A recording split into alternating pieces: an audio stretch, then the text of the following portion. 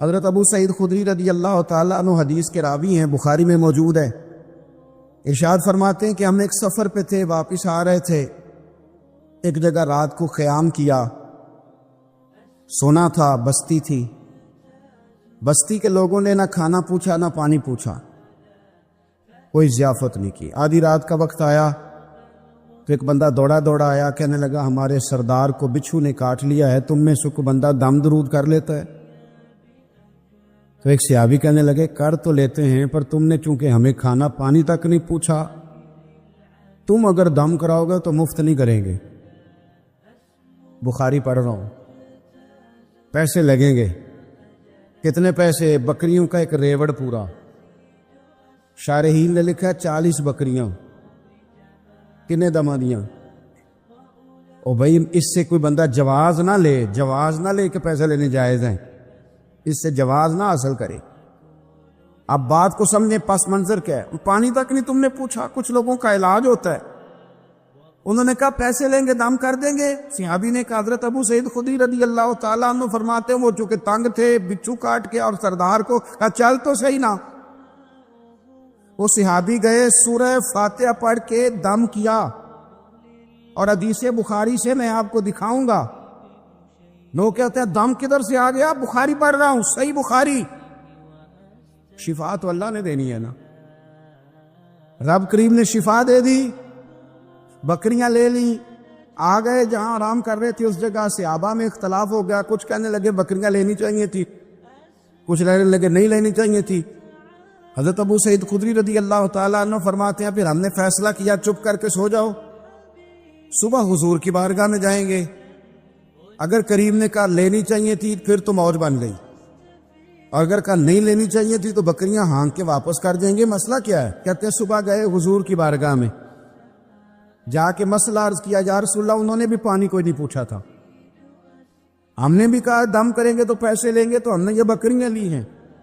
شارحین لکھتے ہیں 40 تھی شاید۔ تو یا رسول اللہ اب کیا کریں؟ حضور مسکرانے لگے، اور مسکرا کے پوچھا اچھا پڑھا کیا تھا؟ یا رسول اللہ سورہ فاتحہ۔ فرمایا سکھائی کس نے تھی؟ کہا یا رسول اللہ آپ نے۔ فرمایا پھر آدھی بکریاں میری ہیں آدھی تمہاری ہیں۔ اگر آج یہ ارادہ کر لینا کہ ہم نے لوگوں کو آسانیاں دینی ہیں، تو میرا یہ خیال ہے کہ صبح خیر نہیں خیر کثیر بٹنی شروع ہو جائے۔ اگر ہم یہ ارادہ کر لیں کہ میں نے لوگوں کو آسانیاں، وہ ہمارا مزاج نہیں نا، ہم آسانی لینا چاہتے۔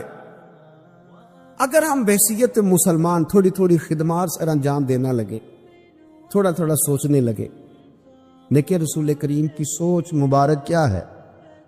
بدر کے لوگ قیدی ہو کے آ گئے، کفار تھے وہ۔ اب حضور نے فرمایا فیصلہ یہ ہوا مجلس شورا میں، صحابہ کی میٹنگ میں، کہ فدیہ دیں گے اتنے اتنے پیسے تو آزاد کر دیے جائیں گے۔ کچھ لوگ ایسے تھے جو فدیہ نہیں دے سکتے تھے، لیکن حساب کتاب لکھنا پڑھنا جانتے تھے۔ اب حساب کتاب کی تو دین میں بھی ضرورت ہوتی ہے نا، آپ کو وراثت تقسیم کرنی ہے، کئی کام کرنے ہیں، تو نبی پاک علیہ الصلوۃ والسلام نے بھی نا وہاں امت کا سوچا،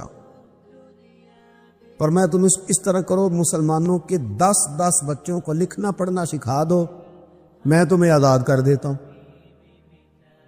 بحیثیت قوم کی فلاح و بہبود کے لیے جو نبی پاک کے نظریات ہیں، جو حضور کے افکار ہیں، ان 10 بچوں کو لکھنا پڑھنا سکھا دو۔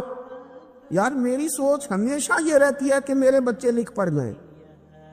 یہ کیوں نہیں سوچتا کہ میرے محلے کے سارے بچے اگر پڑھ جائیں گے تو یہ محلہ پڑھے لکھے لوگوں کا محلہ کہلائے گا، میرے سمیت لوگ کہیں گے کہ بڑی شستہ آبادی ہے۔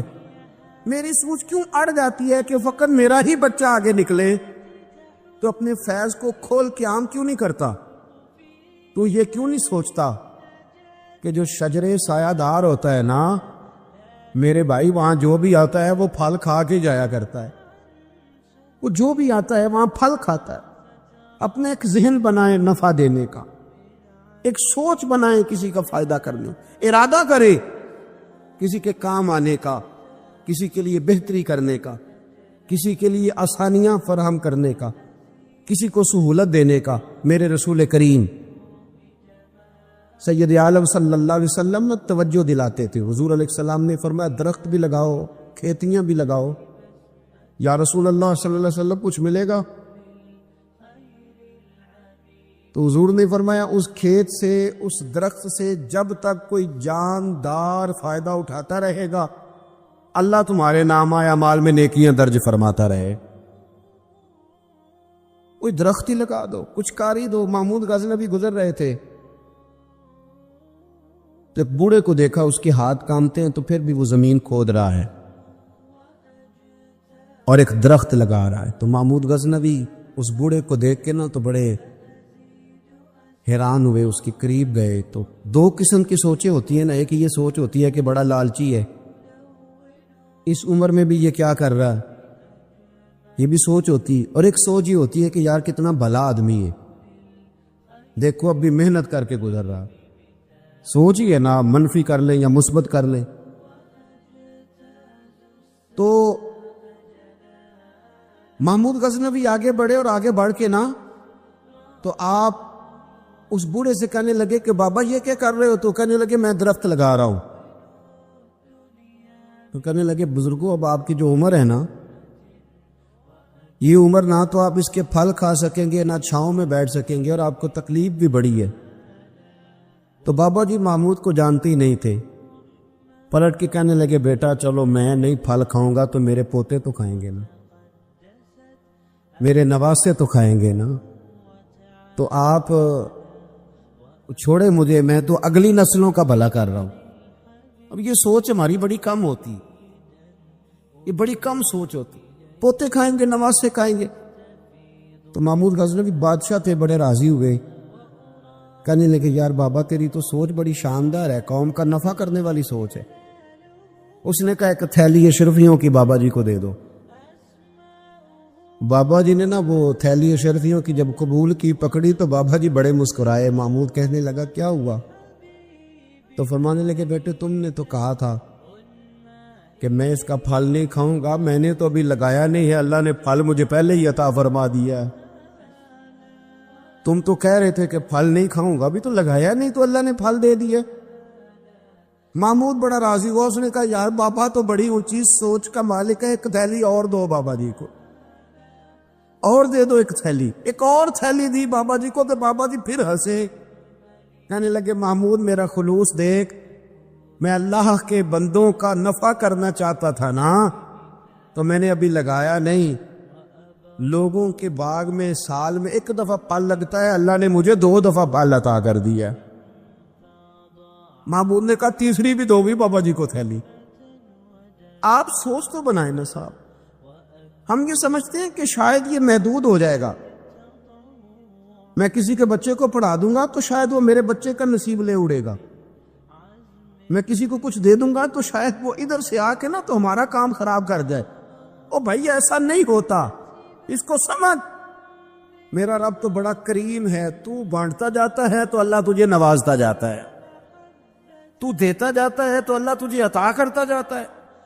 آپ یہ ذہن بنائیں, کسی کا فائدہ کرنے کا, کسی کا نفع کرنے کا, کسی کو کچھ دے ڈالنے, کسی کے اوپر رحمت کی برکھا برسانے کا آپ ارادہ کریں, اللہ تبارک و تعالیٰ آپ کو نواز دے گا. ہم جہاں بیٹھے ہوتے ہیں نا لوگوں کو ہماری ضرورت ہوتی ہے.